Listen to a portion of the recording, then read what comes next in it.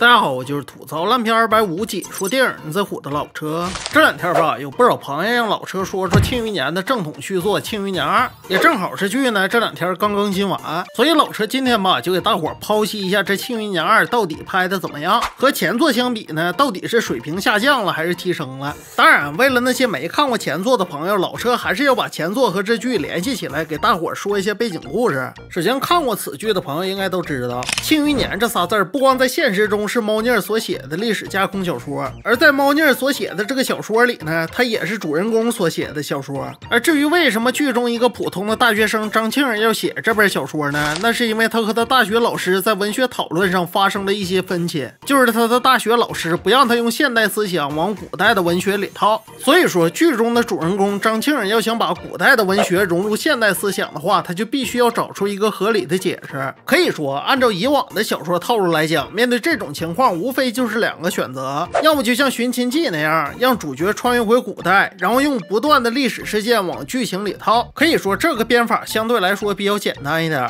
当然还有一种方法就是完全架空，比如像《琅琊榜》《红楼梦》都是这样的，反正你也说不上它讲的是什么朝代，所以你就不能用具体的朝代去限制它的创作。而咱们今天要说的这个《庆余年》呢，偏偏是两头都不占。我是既不让主人公穿越回过去，我也不让主人公完全去架空一个朝代。所以说他想了一个什么招呢？就是让主角穿越去未来的古代。至于什么是未来的古代，其实也很好理解。当然这可能和原作者猫腻儿的想法有一定的关系。如果按照现在常规的科幻小说来讲，人类的发展应该是越发展越先进，从农耕时代到工业时代再到互联网时代。但是庆余年加入的这个科幻元素呢就不一样了，他说的是当人类发展到一定程度的时候，就会物极必反，盛极必衰。就好比咱们现在好不容易发展到互联网时代了，然后有一天突然地球变迁，灭绝掉了当下这波人类，又重新回到了农耕文明，也就是说世界一切又归零了，又重新回到了古代。当然有些人觉得这个设定很扯，但是按照现实逻辑来讲，5、6千年之前的事儿，你现在的人其实也说不明白。就像目前已知人类最早的文明就是苏美尔文明，但是谁都无法证明当时的文明是比现在先进了还是比现在落后了。说白了，让咱们现在的人去证明恐龙有没有毛你都不知道。而咱们今天要说的这个庆余年的男主范闲呢，就是从一个生活在现代的重症肌无力的濒死之人，然后重生之后穿越去了未来的古代。当然像这种穿越爽剧吧，一开始都会给主角一个非常牛的身份，或者说结识一些非常厉害的人。不然你想想，你无论是穿越回过去还是穿越去未来，你没有钱没有权，你再有能耐也没用。你看无论是财阀家的小儿子呀，还是跑女张国行，都是这样的。当然咱们今天说的这个庆余年呢也不例外，甚至可以说庆余年的主角范闲的身份比任何一部穿越爽剧的主角人物都要强。因为男主范闲一上来就是一个现代女知识青年和庆国皇帝生的私生子，你想想他母亲本来就是现代人，而父亲呢又是庆国的皇帝，再加上他母亲运用一些现代技术加快了文明的发展，例如做一些什么香皂香水白砂糖之类的。当然也正是他母亲做生意富甲天下的过程中呢，通过他母亲的一些人格魅力和一些现代思想，也结交了一批达官显贵的死党，同时也拥有了一群追随他母亲的人。应该说这些都算是前期男主范闲创业的助力。不信咱就看第1季男主的人际关系啊，因为刚才咱们也说了，男主范闲的生父呢是庆国的皇帝，而男主的生母叶青梅呢，虽然说一开始就被皇后一族给杀了，但那也是天下第一的奇女子，可以说在庆余年2里给男主留下了一大堆上下游的产业。这产业呢就是剧中所说的3大房，就是我之前说的什么香皂香水玻璃杯之类的生产基地。虽然说他母亲死后3大房一直归皇室所有，但是庆国的皇帝呢，也就是男主的亲爹，还是想把3大房交给男主。当然光庆国的皇帝支持还是不够的，因为在男主是庆国皇帝私生子的身份没有挑明之前，男主范闲来到京城突然就接管3大房，根本就没有办法服众。所以说这里面就出现了第2波帮男主的人。这第2波里第一个帮男主的呢，就是监察院院长陈萍萍。不过大伙儿可不要小瞧这个监察院，这个监察院呢就相当于明朝的东厂西厂，属于直隶皇帝的特务机构。当然它也可以监察百官，而至于这个监察院的院长陈萍萍为什么愿意帮男主范闲呢？其实也很简单，那是因为陈萍萍是他母亲生前的挚友，当年他母亲被杀的时候，也是他母亲的护卫把他救出来交给了陈萍萍，而陈萍萍呢又把他养在了儋州，因为儋州是范老夫人生活的地方，他能照顾范闲。而说到这儿吧，那就不得不提到范闲的养父范建，因为大伙也都知道，男主呢是庆国皇帝的私生子，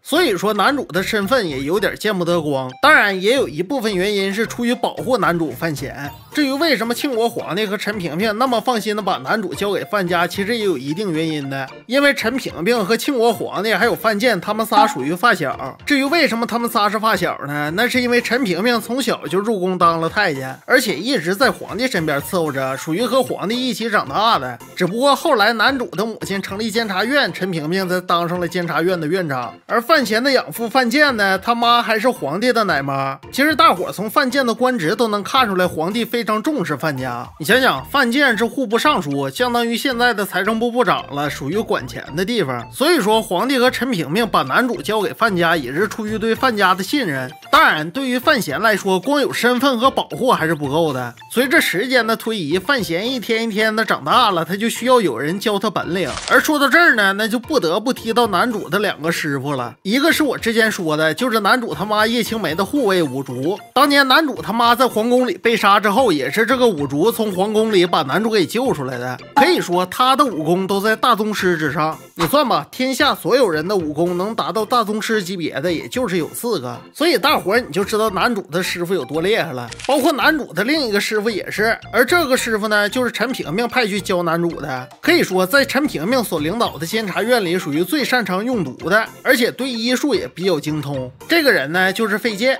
陈萍萍派他呢，也是为了让男主用毒学医。当然，光有着身份背景和本领还不足以在官场上立足，因为男主范闲这身份吧，还不能公开，毕竟他是庆国皇帝的私生子，这玩意儿好说不好听。所以说庆帝吧，就在朝中给他找了一门婚事，借此也想给男主找一个靠山。而这个人呢，最合适的就是当朝的宰相林若甫，因为林若甫和长公主有一个私生女，所以正好把这个私生女，也就是女主林婉儿嫁给了男主。而庆帝这么安排呢，才能让男主在朝中与皇子抗衡。当然，大伙也不要以为庆帝这么做就是为了父子情深。说到底吧，庆帝这么干其实也是为了巩固自身的权力，因为现在有很多的权力还不在庆帝的掌握之中，有一些权力呢在一些其他皇室的手里，还有一些权力呢在一些大臣的手里。这也是为什么后来庆帝让男主接管3大房，然后又是把男主的老丈人的丞相给废掉的原因。其实说到底就是庆帝为了巩固自身的统治地位。说白了，生在帝王家你就别寻思亲情的事儿。而用一句话来概括整个《庆余年》第1季呢，也非常简单，那就是庆帝如何培养男主，让男主成为自己一个趁手的棋子。这就和明朝的开国皇帝朱元璋一样，上来先把和自己一起打天下的老兄弟全都给干掉，之后呢再去培养像胡惟庸这样的人去当宰相。至于胡惟庸是啥下场，老车我就不说了，因为当棋子到最后也没有什么好下场。这也是第2季男主慢慢觉醒的原因。而用一句话来形容第2季呢，也很简单，那就是男主范闲已经渐渐意识到自己是一个棋子了。不信大伙你就看第2季啊，无论是开头抱月楼逼梁为昌的案子，还是到后来科场舞弊的案子，可以说无论男主查什么案子，只要查到后来和皇子有关，都不了了之了，最多也就是进皇子半年的足，而且人家还能随时出来。这说白了说明什么呀？说明律法和公平正义在权力面前根本就是一张废纸。我想这也是男主为什么总去看监察院门口的石碑的原因，因为监察院门口的石碑就是男主的母亲叶青梅写的。反正以我个人的角度看啊，我估计男主在看这个石碑的时候，也大致能猜出他母亲是怎么死的，因为这石碑上的文字处处都是在冲击皇室的权力，所以男主的母亲叶青梅一开始就站在了权贵的对立面。虽然说这剧里男主的母亲没表啊，但是有一个人和他母亲的下场也差不多，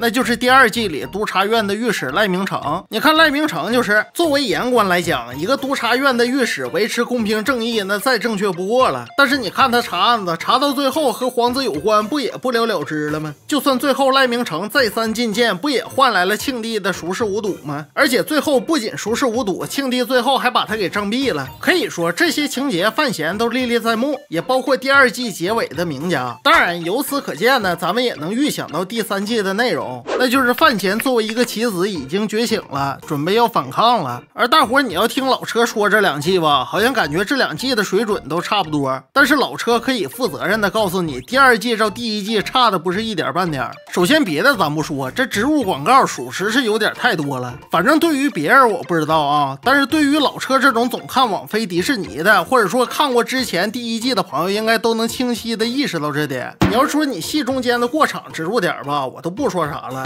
这家伙剧情里面都给你植入广告。说实话，你要这么整的话，我都不知道这一年我办会员究竟是为了啥。当然这还都是小问题，最让我忍受不了的就是剧里的那些无厘头的桥段。哎，你看这玩意儿也怪，上期我说狐妖小红娘不往里面加搞笑桥段，而这个剧呢是一个劲儿的往里面加。真的编剧你自己问问观众，你告诉我哪个观众看庆余年是为了里面的搞笑桥段呢？真的，你要说适当的加一些搞笑的桥段活跃一下气氛也行，但是你这恨不得每集都加点，那你这不就是跑题了吗？这玩意儿说好听点是跑题，说不好听点不就是水剧情吗？说实话也不怪网友给这剧打低分，你说你5年就打磨出这么一个剧本，谁不生气呀？当然如果你要让老车客观的评价一下这部剧呢，怎么说呢？剧情大致来讲我还是能看进去的，但是你要论制作水准来讲，和第1季简直天差地别。我只能这么说，烂都不烂，但是也不算好看。如果说第3季还是要延续这种水准的话，那我真是要骂街了。应该这么说，第2季总体来讲像什么剧呢？就是有点像康熙微服私访记或者说铁齿铜牙纪晓岚那种剧，但是你这又是无休止的植入，又是一个劲儿的往里加搞笑，属实是把这个剧情变 low 了。当然这个剧的逻辑吧也有一些问题，比如这部剧里给男主送助攻的人特别多，演的就好像男主车到山前必有路似的，应该说掩盖了第1季里男主的那种睿智。但是咱要从一个爽剧的角度看呢，也没必要那么吹毛求疵，